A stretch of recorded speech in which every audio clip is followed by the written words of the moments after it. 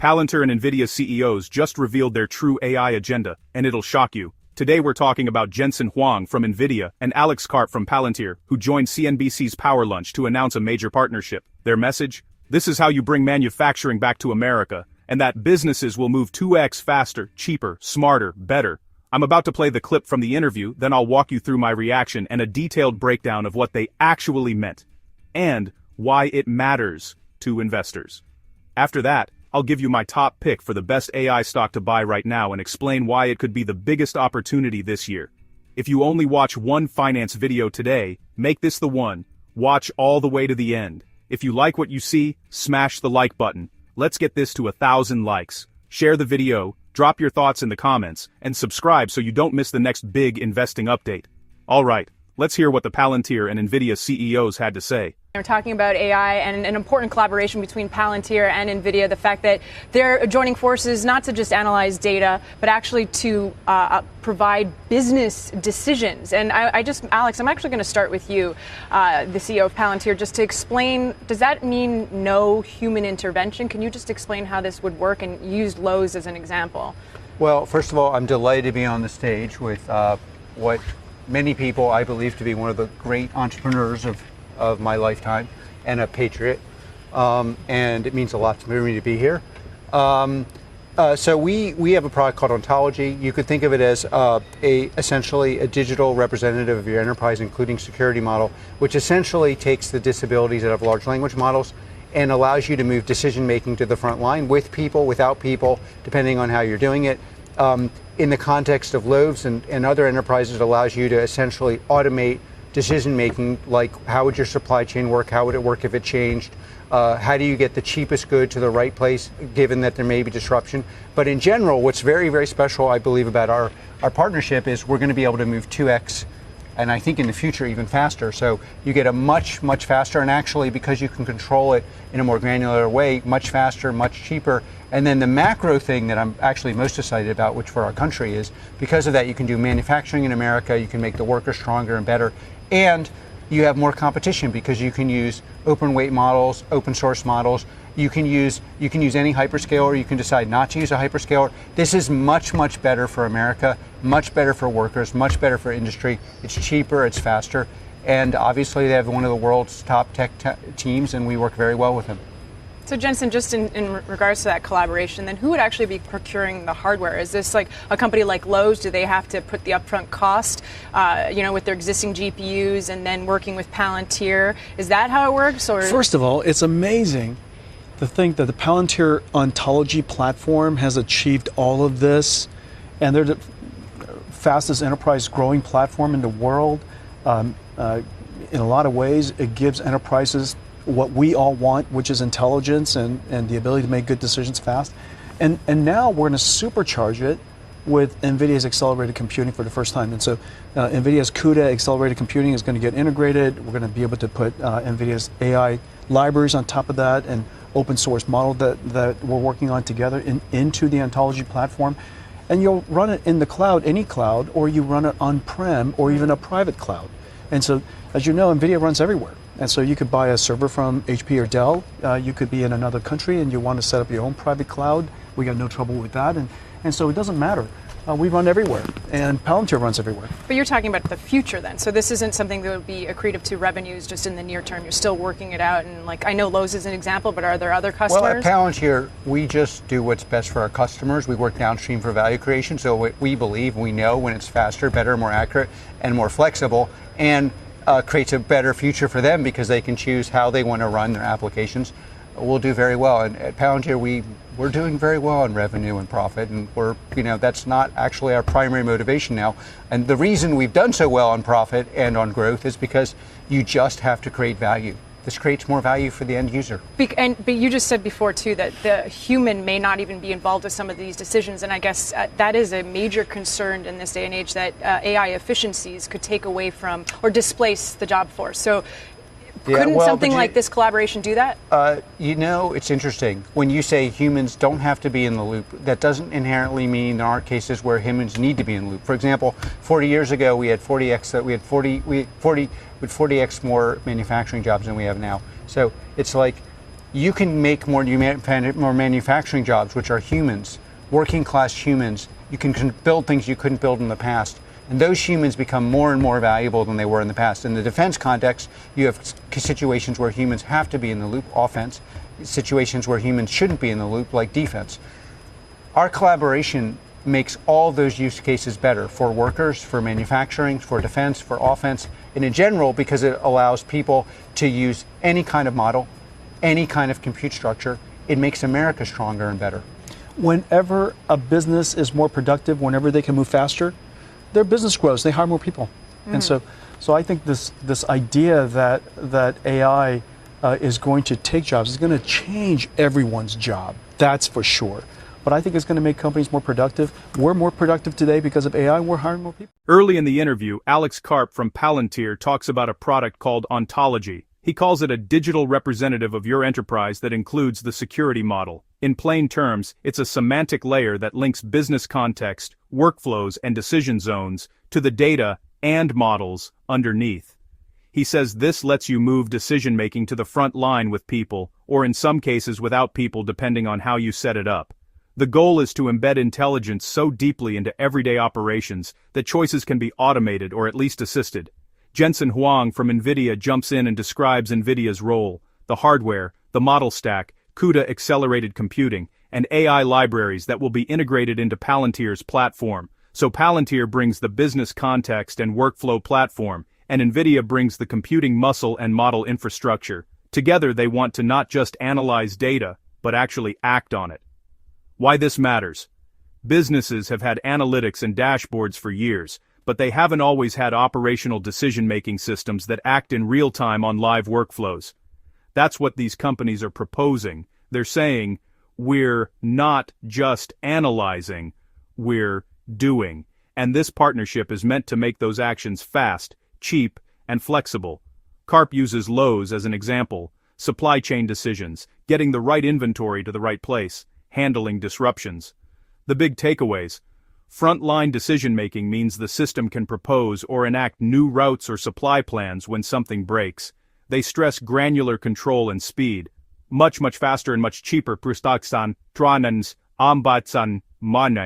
the compute, the model, and the workflow stack are optimized end-to-end. Another important point 𝗗𝗏𝗏 makes is choice. Enterprises can use open weight models, any hyperscaler, or no hyperscaler at all. That gives businesses flexibility and avoids vendor lock-in. The interviewer presses Jensen on who actually buys and runs the hardware. Jensen clarifies that you can buy servers from HP or Dell, run in the cloud, on-prem, or in a private cloud. Palantir runs everywhere. Nvidia runs everywhere. So the model is flexible. Enterprises choose the compute topology they prefer, and the software stack plugs in. They also acknowledge this won't necessarily bump up revenues immediately. They're building capabilities now and monetization will follow, with the priority being creating value for customers. Then we get to the human factor, the job question. The interviewer asks whether automating some decisions could displace workers. 𝗗𝗏𝗏's answer is nuanced. Saying humans don't have to be in the loop doesn't mean they never should be. Some decisions must have human oversight, especially in defense, while other situations can be automated. He points out that productivity changes job types. 40 years ago we had many more manufacturing jobs, yet manufacturing still exists today. It's just different. His argument, making workers stronger and better and increasing productivity will make businesses grow and potentially create new jobs, though the roles will change. So the framing is augmentation over outright replacement, but it's also an admission that roles will shift, and upskilling will be necessary. There's also a national angle. 𝗗𝗏𝗏 says this approach enables more manufacturing in America, gives more competition, and is better for workers and industry, because enterprises can choose open-source models and different compute providers.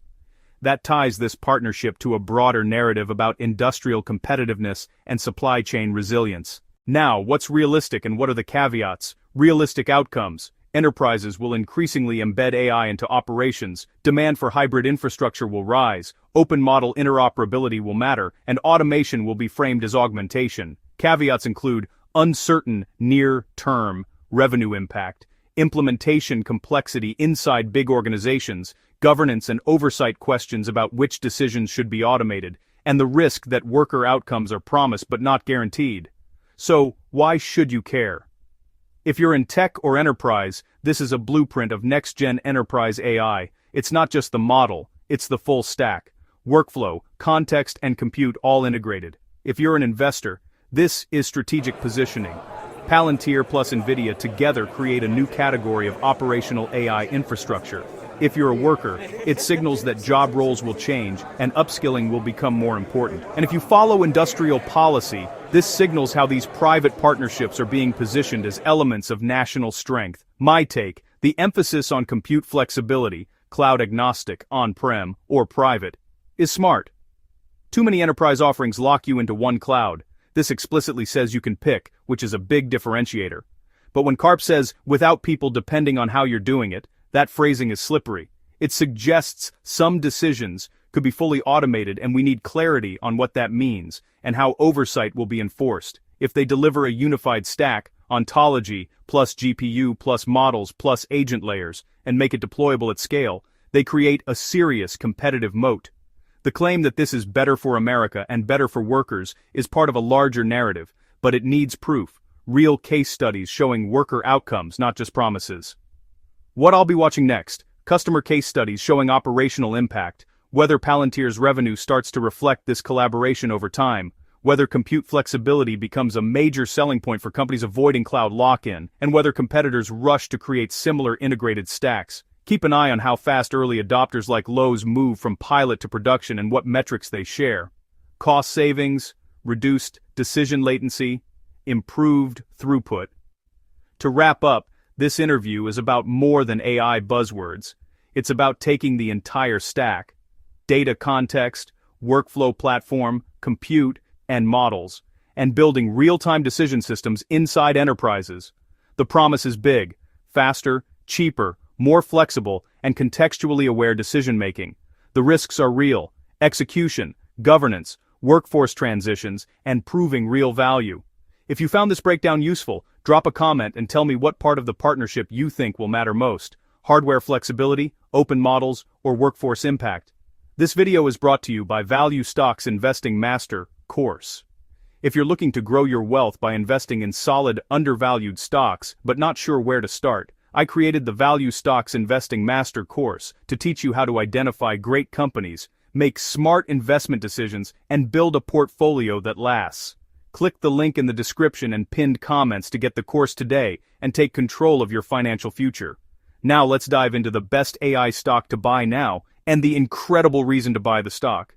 The AI stock I'm pounding the table on is Advanced Micro Devices, AMD. This company has been quietly but steadily transforming the tech landscape, and it's time we give it the recognition it deserves. Under CEO Dr. Lisa Su, AMD has gone from underdog to a true challenger, executing one of the most impressive corporate turnarounds in tech. Her leadership has been nothing short of visionary, steering the company through turbulent waters to emerge stronger and more competitive than ever. Their acquisition of Xilinx was a strategic masterstroke, giving them a huge edge in adaptive computing and AI workloads. This move has not only diversified their product portfolio, but also positioned them as a key player in the rapidly growing AI sector. AMD is now a dominant force in the data center, the heart of the AI revolution, supplying the engines for cloud giants and gaining market share fast. Their EPYC processors are setting new standards for performance and efficiency, making them the go-to choice for data centers around the world. This isn't just a CPU and GPU company anymore. It's a leader in high-margin, high-growth markets. From gaming to data centers, AMD is expanding its footprint and proving its versatility across various sectors. Wall Street has been fixated on one dominant player, but AMD is the challenger gaining ground every day. Investors are starting to take notice, and the stock is poised for significant growth as the company continues to innovate and capture market share. That's the opportunity for savvy investors. Get in before the crowd wakes up. With its strong leadership, strategic acquisitions, and expanding market presence, AMD is a stock that promises not just stability but substantial growth potential. Don't miss out on this unseen titan powering the AI revolution. Let's talk hardware. AMD's Instinct MI300X accelerator is a game changer. In a world where artificial intelligence is rapidly evolving, the hardware powering these breakthroughs matters more than ever. The MI300X isn't just another chip, it's a bold statement from AMD, signaling their intent to disrupt the status quo and challenge the industry's reigning giants. Designed for the massive demands of generative AI, it offers more memory, more bandwidth, and performance that rivals the best. This accelerator is built to handle the most complex neural networks and data-intensive workloads, making it a top choice for organizations pushing the boundaries of what AI can achieve. With its advanced architecture, the MI300X is engineered to deliver consistent, reliable results even under the heaviest loads. AMD's smart engineering, like packing an industry-leading high-bandwidth memory, gives it a real edge for running large, complex AI models. This means faster training times, smoother inference, and the ability to tackle problems that were previously out of reach. The MI300X's innovative design also helps reduce bottlenecks, ensuring that data flows efficiently and that every ounce of computing power is put to use. The biggest tech companies are lining up for the MI300X, desperate for a high-performance alternative in a market that's been dominated by one supplier. For years, organizations had little choice but to rely on a single provider for their AI hardware needs. Now, with AMD stepping up, there's real excitement and anticipation in the industry. Companies are eager to diversify their options and gain access to cutting-edge technology that can give them a competitive advantage. AMD doesn't need to win the whole market. Even capturing a fraction means billions in new revenue. The sheer scale of the AI hardware market means that even a modest share can translate into massive financial gains. For AMD, this is a golden opportunity to grow its influence and establish itself as a major player in the AI revolution. The MI300X is the key that unlocks this treasure chest. It opens doors to new partnerships, groundbreaking research, and a future where innovation isn't limited by hardware constraints. For AMD, this accelerator represents not just a product but a gateway to a new era of possibilities. For years there was only one game in town for high-end AI chips. Now, AMD is a real contender. The landscape is shifting, and the presence of a strong competitor is already driving progress and sparking new ideas across the industry. The arrival of the MI300X is more than just a product launch. It's a signal that the era of true competition in AI hardware has begun. Developers, researchers, and businesses now have real choices, and that's fueling a wave of innovation that benefits everyone. Competition is here, and AMD is ready to seize its share. With the MI300X, the company is not just challenging the throne, it's rewriting the rules of the game, and the entire industry is watching closely.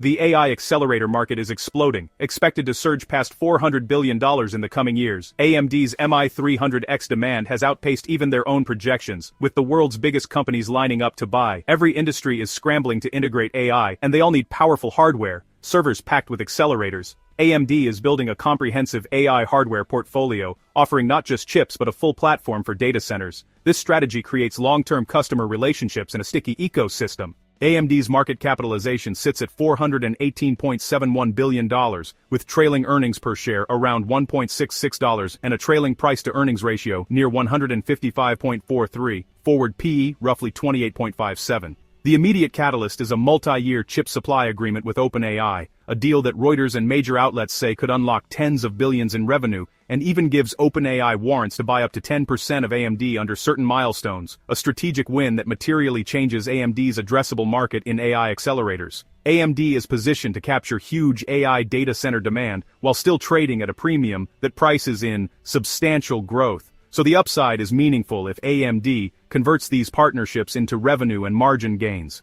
The key risks are competition, especially from other chip makers, execution on ramping production, and geopolitical or export restrictions that could hit supplies or sales. AMD is a high-conviction growth name in the AI cycle right now. Exciting upside but priced for performance, so consider position sizing and timing carefully. The revenue ramp is just beginning, and Wall Street hasn't fully priced in AMD's potential. We're still in the early innings. Now's the time to pay attention. Spotting opportunities like AMD can change your financial future, but you need the right skills. That's why I recommend the Value Stocks Investing Master Course, our sponsor. This isn't a get-rich-quick scheme. It's a comprehensive program teaching you how to analyze companies, read financials, and find undervalued gems. Learn from experienced instructors and build a framework for smart, informed investing. Don't just chase tips. Master the craft of investing for yourself. Click the link in the description to learn more and enroll. Invest in your financial education. It's your most valuable asset. Now let's get back to AMD's secret weapon software. Hardware is only half the battle. Software is the other. For years, the competition's CUDA platform was the industry standard, but AMD's open-source ROCm is catching up fast. ROCm's flexibility and open nature are huge selling points for developers and enterprises who want control and avoid vendor lock-in.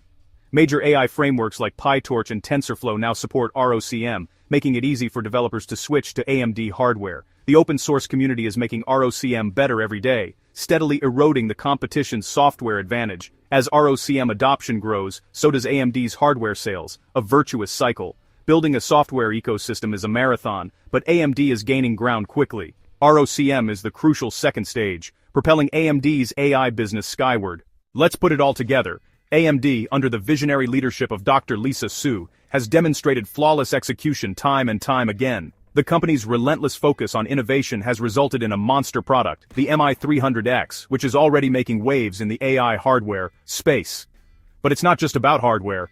AMD's software ecosystem is rapidly maturing, making it easier for developers and enterprises to adopt their solutions.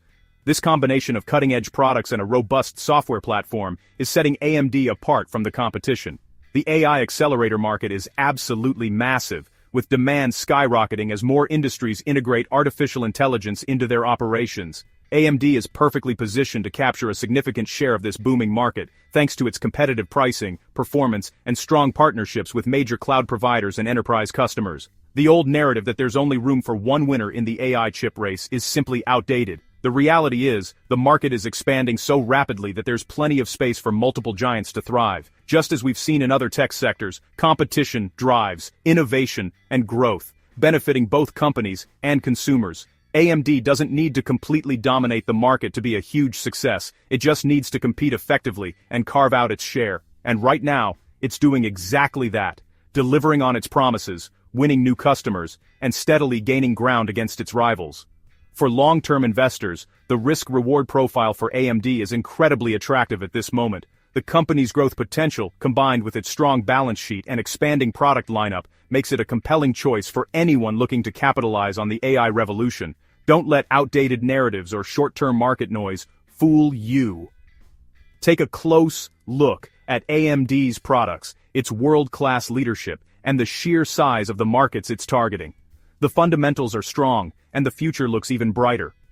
AMD is transforming into a true powerhouse in the tech industry, a company with the potential to shape the future of AI and computing.